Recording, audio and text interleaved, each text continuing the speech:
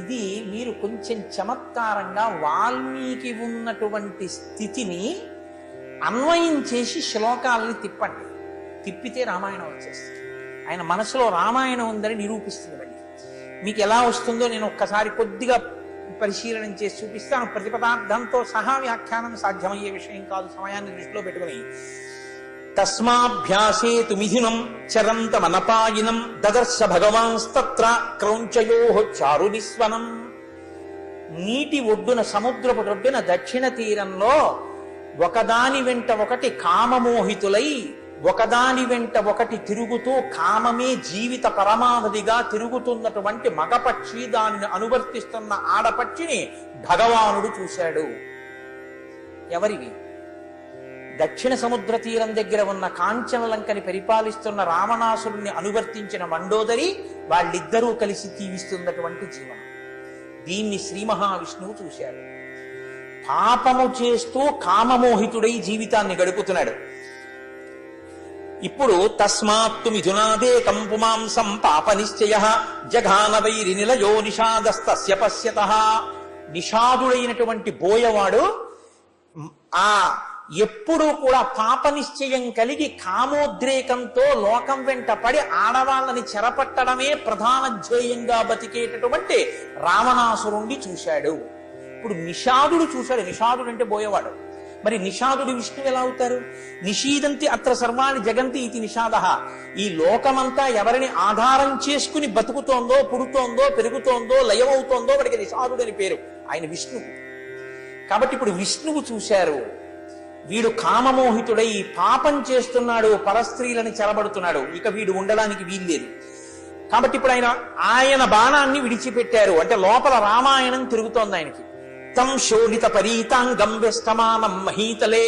రామబాణం తగిలినటువంటి రావణాసురుడి 10 తలకాయలు నెత్తుటితో తడిసి నేల మీద పడిపోయాయి. భార్యాతు నిహతం దృష్ట్వారావ కరుణాంగిరం. ఆ పడిపోయినటువంటి రావణుడి దేహం మీద పడి మండోదరి గుండెలు బాదుకుని ఏడుస్తోంది. ఈ సన్నివేశం ఆయన మనసులో కనపడి, ఆ రావణుడు ఒకసారి మనసులో కనపడ్డాడు. రావణ అన్న మాట మెదిలింది ఆయన మనసులో. మెదలగానే నియుక్తాపతితాతేన ద్విజేన సహచారిణ తామ్ర శీర్షేణ మత్తేన పత్రినా సహితేన వై తథాతుకం ద్విజం దృష్ట్వా నిషాదేన నిపాతితం ఋషేహి ధర్మాత్మనస్తస్యాకారుణ్యం సముపద్యత తతః కరుణవేదిత్వాత్తధర్మోయమితి ద్విజః నిశాం జరుదతీం క్రౌంచీం ఇదం వచనమబ్రవీత్. ఆ కింద పడిపోయినటువంటి రావణాసురుడి యొక్క శరీరాన్ని కౌగిలించుకొని ఏడుస్తున్నటువంటి మండోదరి యొక్క సన్నివేశం మనసులో కదలగానే పాపాత్ముడై పరస్త్రీలను చెరబట్టి వేదం చదువుకుని కూడా ధర్మాధర్మములు తెలిసి కూడా అధర్మాన్ని పాటించి ధర్మాన్ని విడిచిపెట్టి తాను అనుసరిస్తున్నది ధర్మమని బుకాయించి మరణించినటువంటి పరమ పాపాత్ముడైన ఈ రావణాసురుడి గురించిన తలంపు నా మదిలో కదలడం కూడా మహాపాపమే అని జుగుప్స కలిగినటువంటి మహర్షి అంతటి పాపాత్ముడైన రావణుణ్ణి పడగొట్టినటువంటి రామచంద్రమూర్తిని మనసులో దర్శనం చేసి మానిషాధ ప్రతిష్టాత్తం మగమ శాశ్వతీ సమాహ యత్కౌంచ విధునాదేకం నవదీహి కామమోహితం. కామం చేత కలిసి కన్ను మిన్ను కానక తిరుగుతూ ధర్మాన్ని విడిచిపెట్టినటువంటి రావణ మందోదరుల యొక్క జంటలో రావణుడనేటటువంటి క్రౌంచపక్షిని బాణంతో పడగొట్టినటువంటి విష్ణు స్వరూపుడైన రామచంద్రమూర్తి, నీ కీర్తి 10 కాలములు శోభిల్లి లోకమంతటి చేత ఆదరింపబడి నమస్కరించుగాక. మంగళాచరణ శ్లోకం. ఇందాకటి శాపవాక్కు ఇప్పటి రామాయణంగా తిప్పేస్తే శ్లోకాల్లోకి, ఆ శ్లోకంలో శ్రీ మహావిష్ణువుని కీర్తించి ఆయనకి మంగళాశాసనం చేసినటువంటి శ్లోకంగా మారిపోయింది. కాదు, రామాయణం అంతా శ్లోకంలోకి వచ్చేసింది. మొత్తం 7 కాండలు ఆ శ్లోకంలోకి వచ్చాయి. ఎలా వచ్చాయి? మానిషాద అంటే మాం అంటే లక్ష్మీదేవి. లక్ష్మీదేవితో కూడినవాడు రాముడు. శ్రీరాముడు అయ్యాడు సీతా కళ్యాణం తర్వాత. అందుకని శ్రీరాముడు, సీతారాముడు బాలకాండ. ప్రతిష్టాత్వం, ఆ తండ్రి అయినటువంటి దశరథ మహారాజు గారి యొక్క మాటని నిలబెట్టడం కోసమని, సత్యమునందు నిలబెట్టడం కోసమని అరణ్యవాసం చేసినటువంటి మహానుభావ. ప్రతిష్టాత్వం అగమః, నీ యొక్క కీర్తి చిరకాలము ఉండిపోతుంది. నీ గురించి పితృవాక్య పరిపాలకుడిని లోకం శ్లాఘిస్తుంది. కాబట్టి అయోధ్యకాండ. శాశ్వతీ సమాహ, మాట తప్పకుండా 14 సంవత్సరములు అరణ్యవాసం చేసేటప్పుడు భరతుడే వచ్చి, శత్రుఘ్నుడే వచ్చి, కౌసల్య, సుమిత్ర, కైకేయి వచ్చి, వశిష్ఠుడు వచ్చి, జాబాలి వచ్చి, ఋషులు వచ్చి, పౌరులు వచ్చి, జానపదులు వచ్చి రాజ్యం తిరిగి తీసేసుకోమని వరమడిగిన నేనే అంటున్నాను, రామా మళ్ళీ రాజ్యం తీసుకో. ఎవరి కోసం అడిగిందో ఆ భరతుణ్ణి చెప్తున్నాను, రామా రాజ్యం తీసేసుకో అన్నా సరే, సత్యమేవేశ్వరో లోకే సత్యం పద్మాశ్రితా సదా సత్యమూలాని సర్వాణి సత్యాన్నాస్తి పరం పదం, నాకు సత్యం తప్ప ఇంకోటి అక్కర్లేదు. ఎవరు వరం అడిగాడో ఆ నా తండ్రి లోకాన్ని విడిచిపెట్టి వెళ్ళిపోయాడు. ఇప్పుడు మళ్ళీ ఆ వరాలు వెనక్కి తీసుకుంటున్నాను, రామా రా అని చెప్పడానికి తండ్రి లేడు. ఆ తండ్రి ఇచ్చిన మాట నిలబడాలి అంటే, తండ్రి పైలోకాల్లో సంతోషించాలంటే నేను 14 ఏళ్లు అరణ్యవాసం చేయడం వినా నాకు మార్గం లేదు అని మాటకి కట్టుబడి 14 ఏళ్లు అరణ్యవాసం చేసి తృణం కింద రాజ్యాన్ని విడిచిపెట్టినటువంటి మహాపురుషుడిగా రామా, నీ కీర్తి 10 కాలములు శోభింది. రామాయణం లోకంలో యుగాలతో సంబంధం లేకుండా ప్రవచనం చేయబడి, చెప్పబడి, ఆదరింపబడి, నమస్కరింపబడుతుంది. కాబట్టి అరణ్యకాండ. క్రౌంచ మిథునాత్ ఏకం, క్రౌంచ మిథునాత్, క్రౌంచము క్రౌంచి ఇవి వాలి తార. ఎందుచే వాలి తార సక్రమం, వాలి రుమ, సుగ్రీవుని భార్య అయినటువంటి రుమని వాలి అనుభవించాడు. కాబట్టి కామప్రధానముగా తిరిగినటువంటి ఆ స్థితిలో ఉన్నటువంటి వాలిని నిగ్రహించినటువంటి స్వరూపం ఉన్నవాడా కిష్కింధకాండ. లేదు, అందులోనే ఒక గమ్మత్తుంది. క్రౌంచౌ అంటే పరివేదన చేత కృషించిపోయిన ప్రాణి. ఎవరు తనకి కనపడాలని తాపత్రయపడుతోందో వాళ్ళు కనపడకపోవడం వల్ల నీరసపడి బాగా కృషించిపోతే క్రౌంచౌ అని పిలుస్తారు. ఏ రామచంద్రమూర్తి తన పక్కన ఉండాలని కోరుకుని 14 సంవత్సరముల అరణ్యవాసం కోసమని అయోధ్య కన్నా నీ పక్కనున్న అరణ్యవాసమే నాకు గొప్పదని సీతమ్మ తల్లి వచ్చిందో, ఆ అరణ్యవాసంలో సీతమ్మ తల్లిని రావణాసురుడు అపహరించి తీసుకెళ్లి అశోకవనంలో శిశుపా వృక్షం మీద కింద కూర్చోబెట్టినప్పుడు, మళ్ళీ నా భర్త రాముడితో నేను ఎప్పుడు కలిసి ఉంటానో అని మనసులో కలిసే ఉన్నా బాహ్యంలో కూడా రాముడు తన పక్కకి రావాలని పరితపించి పరితపించి శోకించి ఉపవసించి కృషించిపోయిన సీతమ్మ తల్లి కథ చెప్పబడింది కాబట్టి సుందరకాండ. కాబట్టి క్రౌంచ మిథునాత్ ఏకం, ఒక్కడే రామనామాన్ని, రామ కథని 1కి 10 మాటలు ఎలా చెప్పాలో, ఎక్కడ సంక్షిప్తంగా చెప్పాలో, ఎక్కడ వివరంగా చెప్పాలో, ఎక్కడ నామం చెప్పాలో, ఎక్కడ భక్తి ప్రకటన చేయాలో అక్కడ రామనామ వైభవాన్ని ప్రకాశింపచేసి ఒక్కడే, ఎవ్వరూ చెయ్యలేది సంకల్పం చేసి ఒక్కడే 100 యోజనముల సముద్రాన్ని గడచి ఒక్కడే అంతమంది వానరులను భంజించి ఒక్కడే ముట్టుకోకుండా సీతమ్మ తల్లి శోకాన్ని తొలగించి ఒక్కడే పట్టుకొచ్చిన ఉంగరాన్ని సీతమ్మకిచ్చి ఒక్కడే సీతమ్మ తల్లి దగ్గర అభిజ్ఞానం పుచ్చుకుని ఒక్కడే కొన్ని లక్షల మంది రాక్షసుల్ని తెగటార్చి ఒక్కడు నిర్భయంగా రావణాసురుడికి సందేశం చెప్పి ఒక్కడే నిర్భయంగా ఆనాడు ఆ పర్వతం నుంచి బయలుదేరి 100 యోజనముల సముద్రాన్ని గడచి ఈవలి ఒడ్డుకు వచ్చి దృష్ట్వా సీతాతు విక్రాంత సంక్షేపేణ్య వేదయత్, సీతమ్మ తల్లి చూడబడిన సీతమ్మ అని క్షేమవార్త చెప్పాడో అటువంటి మహానుభావుడైన హనుమ యొక్క వీరోచిత గాథని ప్రకాశింపచేసిన సుందరకాండ అందులో ఉంది. కాబట్టి అక్కడ క్రౌంచ మిథునాత్ ఏకం అవధీహి కామమోహితం, కామమోహితమైనటువంటి జంటలో ఆ రావణాసురుణ్ణి పడగొట్టిన సందర్భమైన యుద్ధకాండ అందులోకి వచ్చింది. కాబట్టి ఆ తర్వాత జరిగినటువంటి కథని కూడా చెప్పింది. కాబట్టి ఎందుచేతనంటే రామచంద్రమూర్తి మీద మనసు ఉన్నటువంటి సీతమ్మని రాజధర్మం కోసం విడిచిపెట్టి బాధ పెట్టిన సందర్భంతో కూడినటువంటి ఉత్తరకాండ కలిసింది. కాబట్టి 7 కాండలతో ఉన్న రామాయణం ఒక్క శ్లోకంలోకి లోపల రామాయణమే తిరుగుతున్న మహర్షికి క్రౌంచిల యొక్క మిథునంలో ఒక పక్షి పడిపోతే ఒక శ్లోక రూపంలో నోటి వెంట సంపూర్ణ రామాయణం మొదటి శ్లోకంగా పైకొచ్చింది. కాబట్టి మానిషాభ ప్రతిష్టాత్వం మఘమ శాశ్వతీ సమాహ యత్క్రౌంచ మిథునాదేకం అవధీహి కామమోహితం. ఇప్పుడు ఈ మాట అంటే భరద్వాజుడు విన్నాడు. ఇది పైకి శాపవాక్కులా ఉంది కానీ అబ్బాయి ఎంత మంగళప్రదంగా ఉంది శ్లోకం అని అదే పనిగా శ్లోకాన్ని చదువుకుంటున్నాడు. ఇది చదువుకుంటూ ఇద్దరూ కలిసి బయలుదేరి వెళ్ళిపోతున్నారు. వెళ్ళిపోయిన తర్వాత ఇద్దరు ఆశ్రమానికి వెళ్ళారు. ఆశ్రమానికి వెళ్ళి కూర్చున్న తర్వాత కూడా మహర్షి మనసులో ఆ శ్లోకమే తిరుగుతోంది. అదేంటది శాపవాక్కు అయితే నోటి వెంట అన్ని మాటలు రాకూడదుగా, ఇన్ని మాటలు తిరుగుతోంది ఏంటి? మళ్ళీ భరద్వాజుడిని పిలిచాడు. ఆయన ఈ శ్లోకమే చెప్పాడు. చాలా బాగుంది గురువుగారు శ్లోకం. పాదబద్ధోక్షర సమః తంత్రీలయ సమన్విత శోకార్తస్య ప్రవృత్తో మే శ్లోకో భవతు నాన్యథా. నా శోకము శ్లోకమైందయా. దీనికి 4 పాదాలు ఉన్నాయి, ఒక్కొక్క పాదానికి సమానంగా అక్షరాలున్నాయి. ఇది సంగీతానికి కట్టుబడుతోంది, తంత్రీలయ సమన్వితమైంది. దీన్ని వీణ మీద వాయించచ్చు, దీన్ని పక్క వాయిద్యాలతో గీతంగా ఆలాపన చెయ్యొచ్చు, పాట పాడచ్చు. దీనికి ఇన్ని లక్షణాలు ఎలా కుదిరాయి?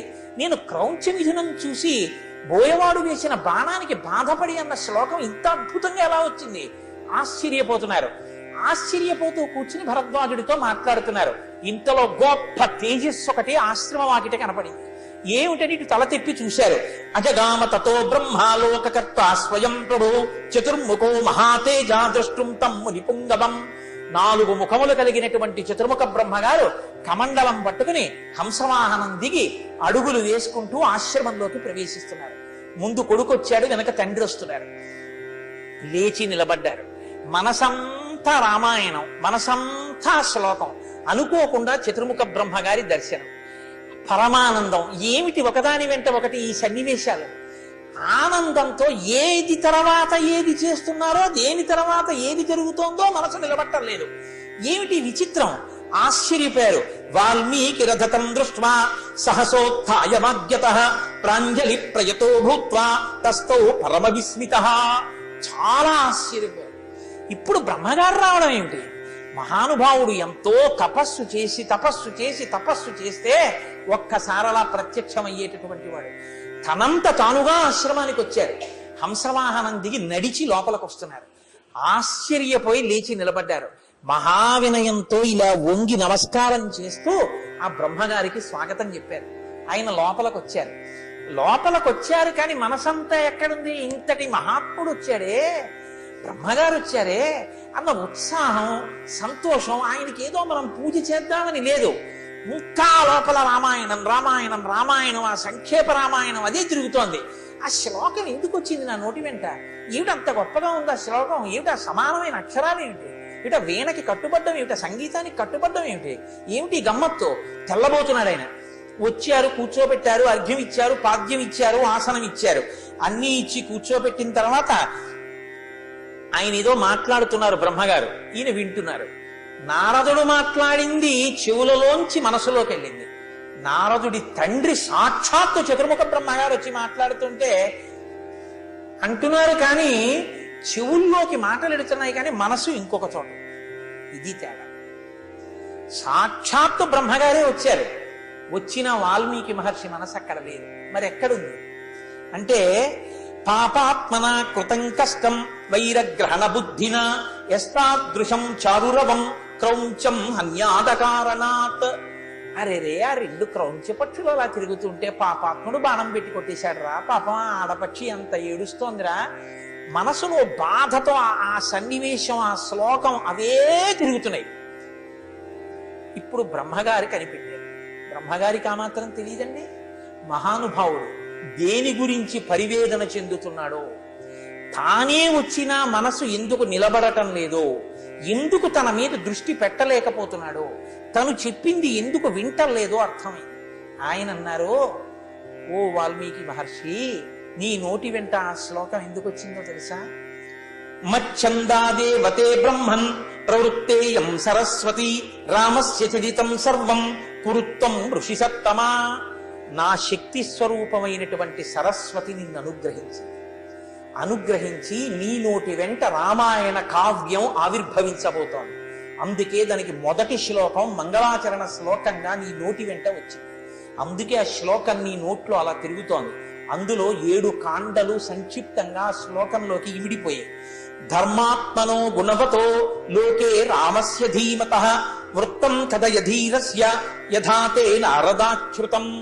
నారదుడు నీకు ఏ సంక్షేప రామాయణాన్ని చెప్పాడో ఆ సంక్షేప రామాయణాన్ని, ఆ రామ కథని, లోకానికంతటికి అభిరాముడైనటువంటి ఆ రాముడి యొక్క చరిత్రని శ్రీరామాయణంగా రచన చెయ్యి. ఇక్కడ మీరు ఒక్కటి ఆలోచించండి.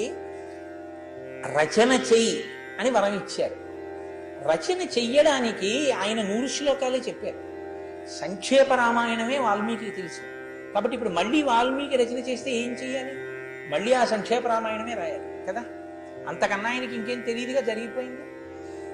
పైగా ఇప్పుడు నారదుడు చెప్పిన సంక్షేప రామాయణాన్ని రామాయణంగా విస్తరించి రాసేటట్టుగా బ్రహ్మగారు వాల్మీకి మహర్షికి వరాన్ని, శక్తిని, సరస్వతి కటాక్షాన్ని కృప చెయ్యడానికి ఏది చూసిస్తున్నారు? మీరు బాగా ఆలోచించండి.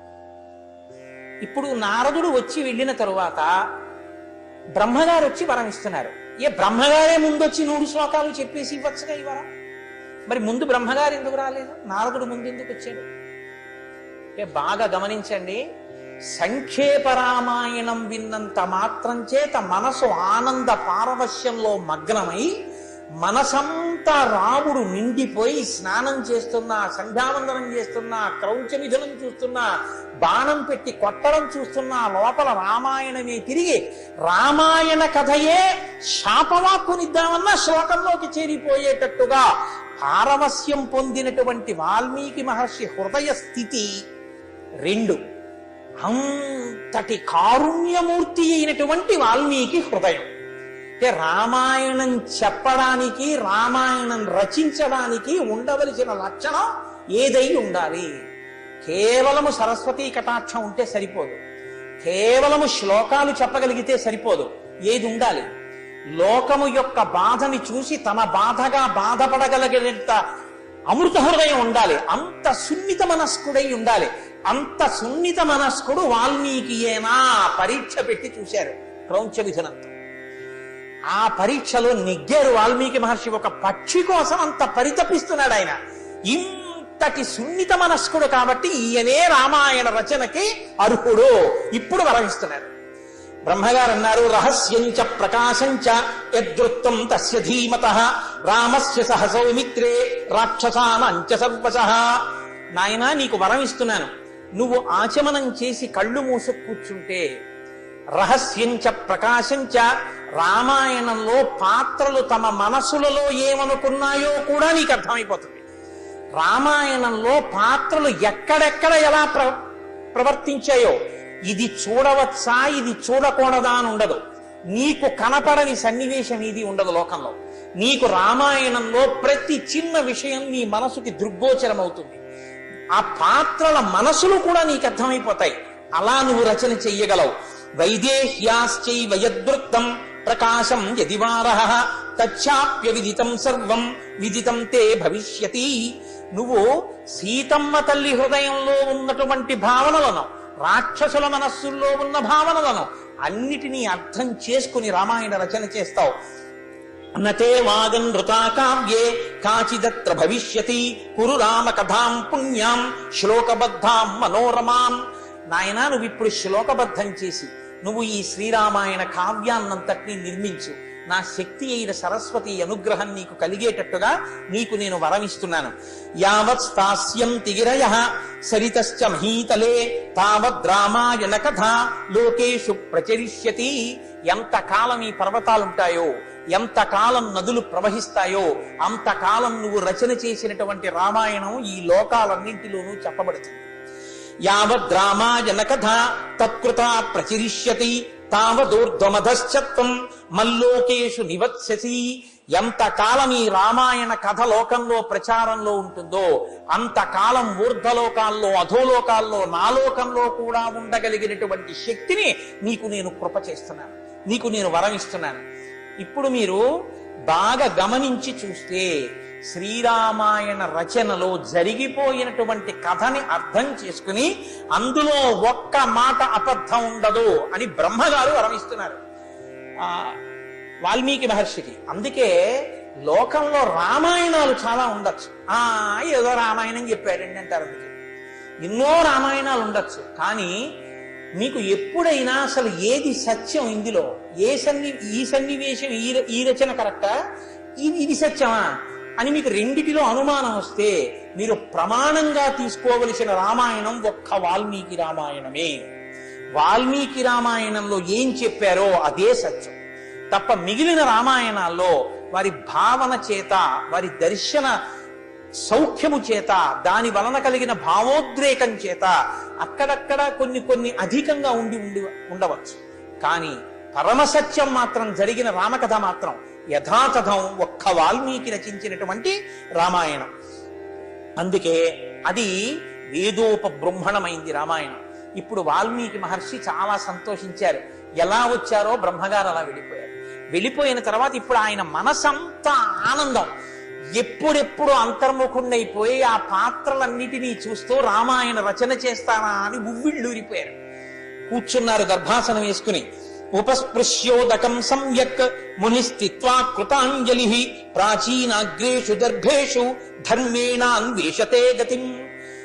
తూర్పు ముఖంగా దర్భలు ఉండేటట్టుగా ఆసనాన్ని వేసుకుని ఆచమనం చేసి కళ్ళు మూసుకుని కూర్చున్నారు.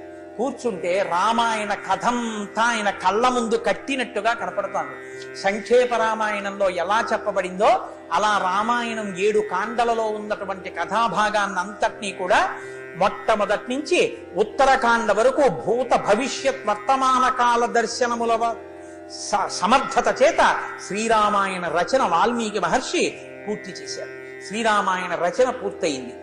24,000 శ్లోకానాం ఉక్తవాన్ ఋషి తథా సర్గశతాన్ పంచ షట్కాండాని తథోత్తరం.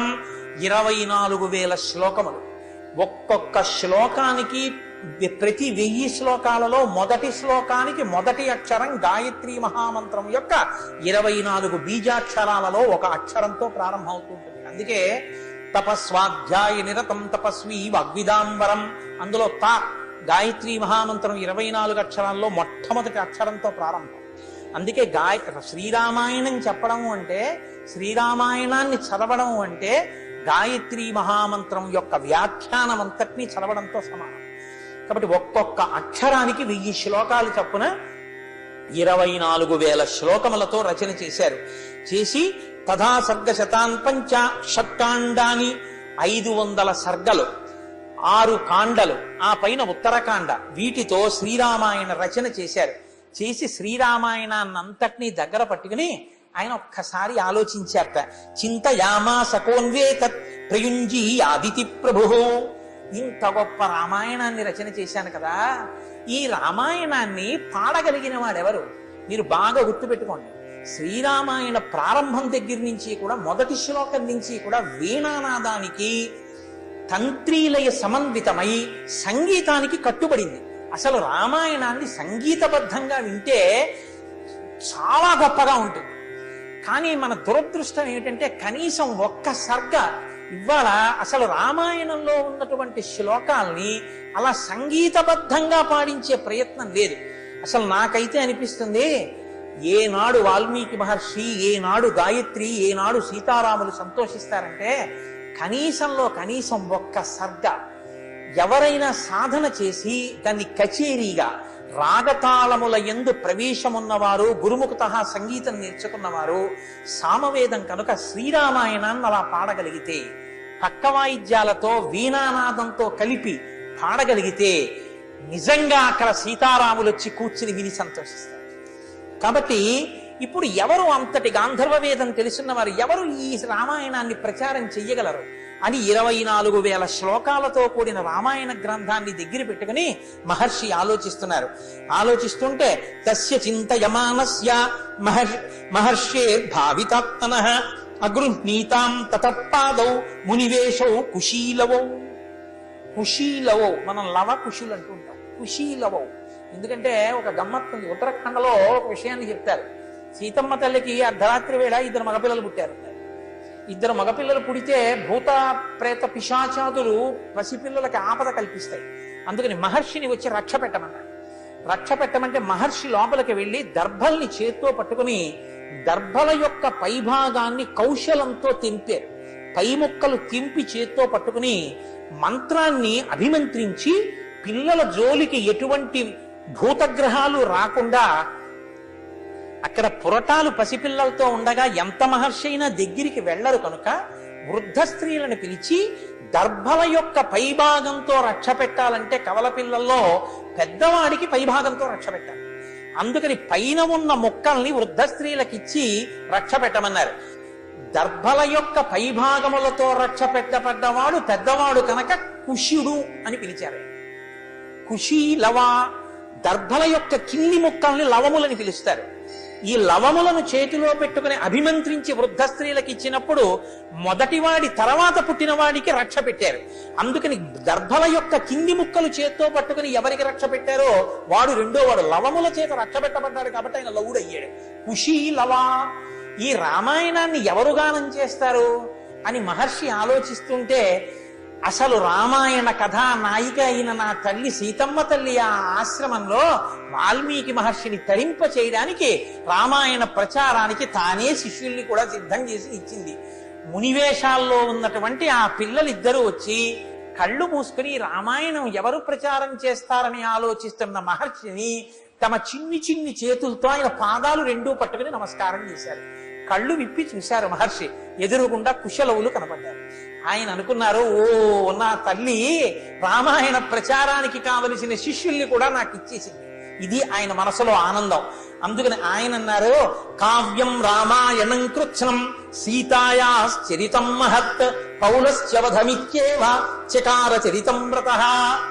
శిష్యుల్ని చూసి సంతోషంతో చెప్తున్నారు, నాయనా రామాయణ రచన చేశాను రా, ఇది ఆది కావ్యం. ఈ రామాయణాన్ని మీరు గానం చెయ్యాలి ప్రతి చోట. ఈ రామాయణానికి నేను పెట్టుకున్న పేర్లు ఏమిటో తెలుసా? కావ్యం రామాయణం కృత్స్నం.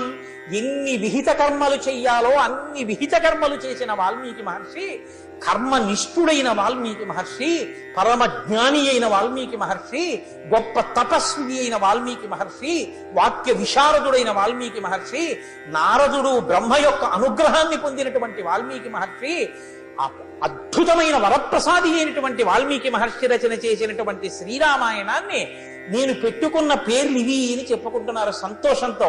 వీళ్ళు నా బిడ్డలు అని పరిచయం చేసినప్పుడు తండ్రి ఎలా పొంగిపోతాడో, వీళ్ళు నా శిష్యులు అని పరిచయం చేసినప్పుడు గురువు ఎలా పొంగిపోతాడో, తాను రచన చేసిన ఆది కావ్యం, యుగాలతో సంబంధం లేకుండా మనుష్య జాతిని ఉద్ధరించగలిగిన ఆది కావ్యం. అటువంటి కావ్యానికి పేరు పరిచయం చేస్తున్నారు. కృత్స్నం కావ్యం రామాయణం కృత్స్నం సీతాయాశ్చరితం మహత్. దీనికి రామాయణం అని పేరు పెట్టాను రా అన్నారు మొదట. రామాయణం అంటే రామస్య ఆయనం, రామాయాహ ఆయనం. అందులోనే ఇద్దరు ఉన్నారు. రామస్య ఆయనం, రాముని యొక్క నడక. ఆయనం అంటే కదలికలు. ఎవరి మీద ఆధారపడి అన్నీ కదులుతాయో అది రామాయణం. ఎవరి మీద ఆధారపడి కదులుతాయి? రాముడి మీద ఆధారపడి కదులుతుంది కథంతా. ఒక్కొక్క చోట రాముడు కనపడడు, కానీ రాముడి పేరు చెప్పి కథంతా నడుస్తుంటుంది. సుందరకాండలో రాముడు కనపడ్డాడు, కానీ రామనామం రామ కథ ఒకటికి 10 మార్లు వినపడుతుంటుంది. రామ కథ మృత సంజీవని, చచ్చిపోయేవాడిని బతికిస్తుంది రామకథ. అటువంటి రామకథతో నిండిపోయింది. కాబట్టి రామాయణం కాదు. ఆయనం అంటే కదలిక. కదలిక అంటే మనం, నేను కదలాలనుకోండి, నా 2 కాళ్లతో కదులుతాను. ఒక కాలు తీసి ముందు పెట్టి ఆ కాలు మీద నా శరీరపు బరువుని ఊంచుకుని 2వ కాలు పైకెత్తి ముందుకు తెచ్చి వేసి మళ్ళీ 2వ కాలు పైకెత్తి మొదటి కాలు మీద బరువు ఊంచి 2వ కాలు ముందుకు వేస్తే అలా కదులుతున్నటువంటి పాదముల వలన నా శరీరము కదిలి ముందుకి వెడితే ఆయనం కదలిక అంటారు. కదలికకి 2 కాళ్ళు ఉండాలి. 2 కాళ్ళు ఉంటే కదులుతాం. 2 కాళ్ళు పెట్టుకుని మనం కదిలితే రాముడు కూడా 2 కాళ్ళు పెట్టుకు కదిలాడు. బాహ్యంలో ఉన్న కాళ్ళు కావు, ఒకటి సత్యము, ఒకటి ధర్మము. ఒక కాలు తీసివేస్తే సత్యం, 2వ కాలు ధర్మం. ధర్మం మీద నిలబడితే సత్యంతో నిలబడతాడు, సత్యాన్ని పైకెత్తితే ధర్మం మీద నిలబడతాడు. సత్యధర్మములను అనుష్ఠించి నడిచి ధర్మానికి మారు రూపుయ్యి రామో విగ్రహవాన్ ధర్మ అనిపించుకుని ఈ లోకానికి ధర్మస్వరూపాన్ని తన ప్రవర్తన చేత నిరూపించి నిర్వచించిన మహాపురుషుడు కనుక, రాముని యొక్క కదలికలు చెప్పిన కథ కనుక కావ్యం రామాయణం కృత్స్నం సీతాయాశ్చరితం మహత్. ఇది సీతమ్మ తల్లి యొక్క చరిత్ర చెప్పాను అన్నారు. ఏమి? రామస్య ఆయనం, అలాగే రామాయాహ ఆయనం. రామా అంటే సీతమ్మ తల్లి, రామ అంటే రాముడు, రామా అంటే సీతమ్మ. ఇద్దరు పేర్లు ఒదిగిపోయారు. అసలు ఎప్పుడు అంతే. జగతపితరం వందే పార్వతీ పరమేశ్వరం. వాళ్ళు ఎప్పుడు ఒకరిలో ఒకరు కలిసిపోయి ఉంటారు. ఆయన శర్వుడైతే ఆవిడ శర్వాణి, ఆయన రుద్రుడైతే ఆవిడ రుద్రాణి, ఆయన భవుడైతే ఆవిడ భవాని, ఆయన శివుడైతే ఆవిడ శివాని, ఆయన రాముడైతే ఆవిడ సీతమ్మ. పేర్లు కలిసిపోతాయి, తత్వాలు కలిసిపోతాయి. పాలలో పంచదార కలిసిపోయినట్టు కలిసిపోయేటటువంటి తత్వం ఉన్నటువంటి స్వరూపాలు. మరి రామకథ అంటే సీతమ్మ కథేగా. మళ్ళీ సీతాయాశ్చరితం మహత్తని ఎందుకనాలి అంటే ఒక పెద్ద రహస్యం ఒకటి ఉంది. రాముడు నరుడిగా పుట్టాడు ఈ లోకంలో, పుట్టి నరుడిగా ప్రవర్తించాడు. కానీ సీతమ్మ నరకాంతగా పుట్టినది కాదు.